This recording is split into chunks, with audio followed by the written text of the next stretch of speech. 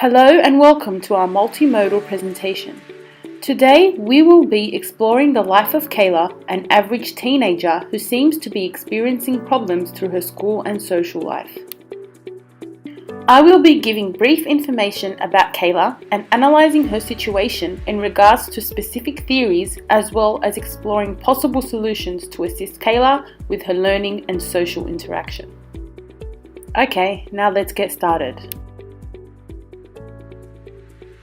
Hi everyone, meet Kayla. She is a Year 7 student who is physically more mature than the rest of her peers. She excels in sports and visual arts at school and said that she enjoys both subjects very much. As she is physically more mature than the rest of the girls in her class, biological factors such as early maturation in girls leads to depressed moods, delinquency, school problems, and reckless behaviour.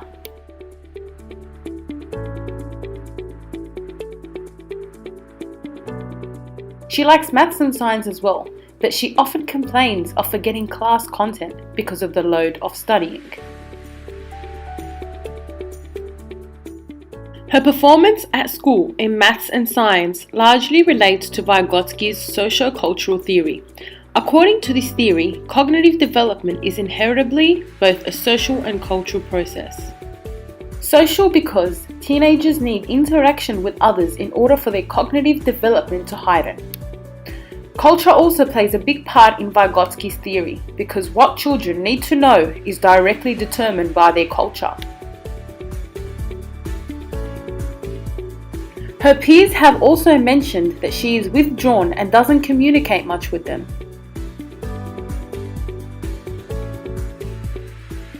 She is so withdrawn from her external environment that her cognitive development is lacking and preventing her from understanding the content learned at school.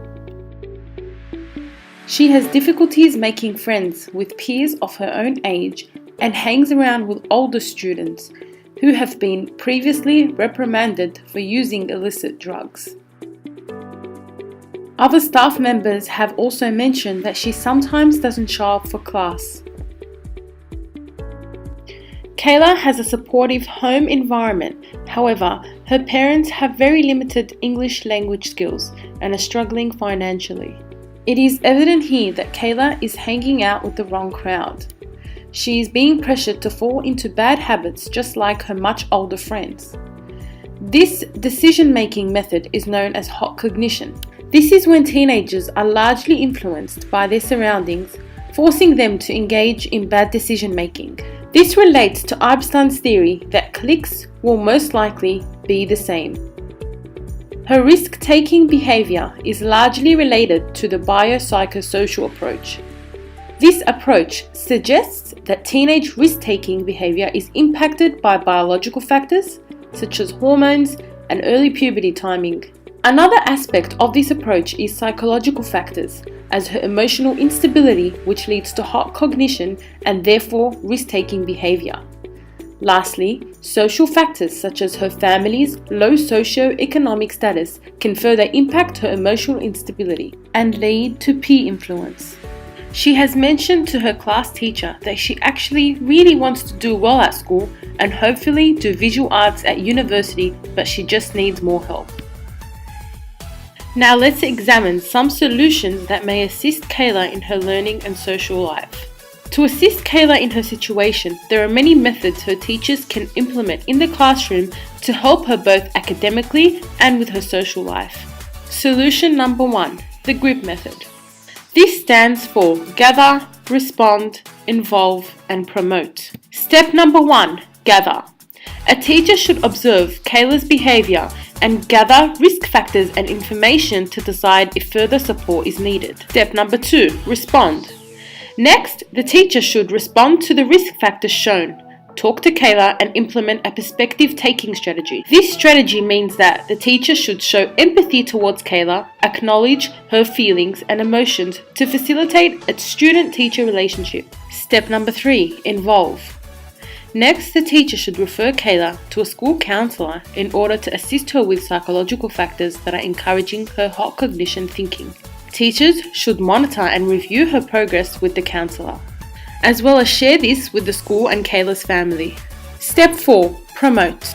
The teacher should promote positive school environment and enhance their teaching style to meet Kayla's learning needs.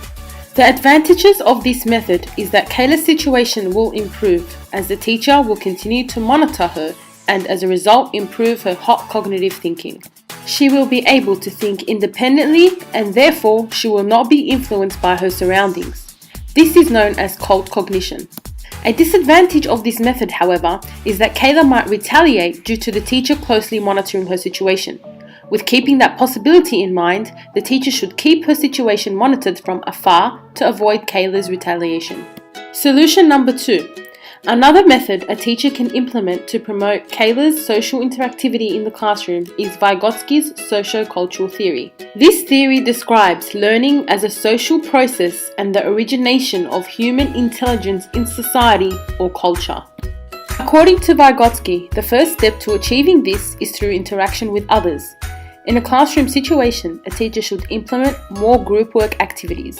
By students discussing content with one another, they are more likely to grasp the content learnt. Hence, experience the next step according to Vygotsky, which is integration into the individual's mental structure. This means that once students have understood this information, it will register in their minds, and they will be more likely to understand the content better. In Kayla's situation, this theory would be highly effective, as not only would it positively influence her academic learning, she will also develop social skills through interaction with her peers. Inevitably, Kayla might be uncomfortable with peer-to-peer interaction at first, but she will adjust and eventually become more open and lead to a positive social life. Solution number 3. Another solution the teacher can implement in the classroom to effectively heighten Kayla's academic learning is by utilizing Neil Fleming's VAC teaching style. This method of teaching involves teachers portraying the same type of information through different strategies such as videos, audio, and hands-on tasks to aid students' learning. The teacher should observe her current teaching strategy and acknowledge that students in the classroom like Kayla are overwhelmed by the amounts of content provided all at once. This is known as cognitive overload. To avoid this situation, teachers should try to portray information to students in a clean and cohesive manner.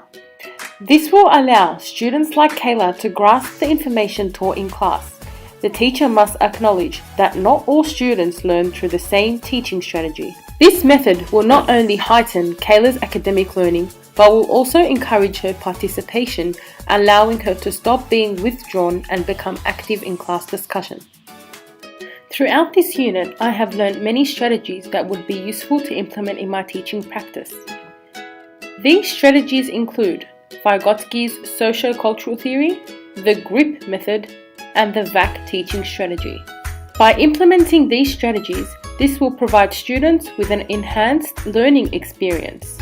As a future teacher, it is essential to recognize students' safety and well-being and assist them through the teaching strategies mentioned. As an aspiring history teacher, certain topics studied in class such as Aboriginality might be a sensitive topic for some students. It is my duty as a teacher to implement the GRIP method in this situation and assist a student's well-being.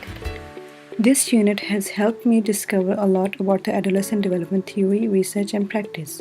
I was able to develop knowledge and skills to enhance my teaching approach. I learned different things about the teaching and classroom practice in relation to the biological, cognitive, mental health, social, emotional needs of adolescents. As a history teacher, I will be able to assimilate this knowledge into issues relating to the adolescent development in accordance with the teaching standards. I will be able to legislate and develop support policies in collaboration with the school, community, and students. Through the evidence-based principles and theories that have been studied in this unit, I will be able to apply critical and productive ideas in my teaching practices.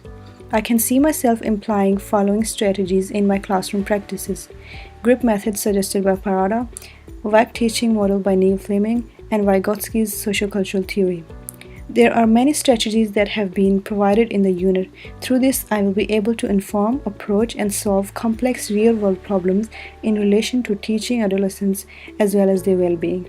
I will be able to demonstrate that I can work effectively and confidentially with parents and caregivers to promote adolescents' well being and to prevent and manage risk taking behaviors.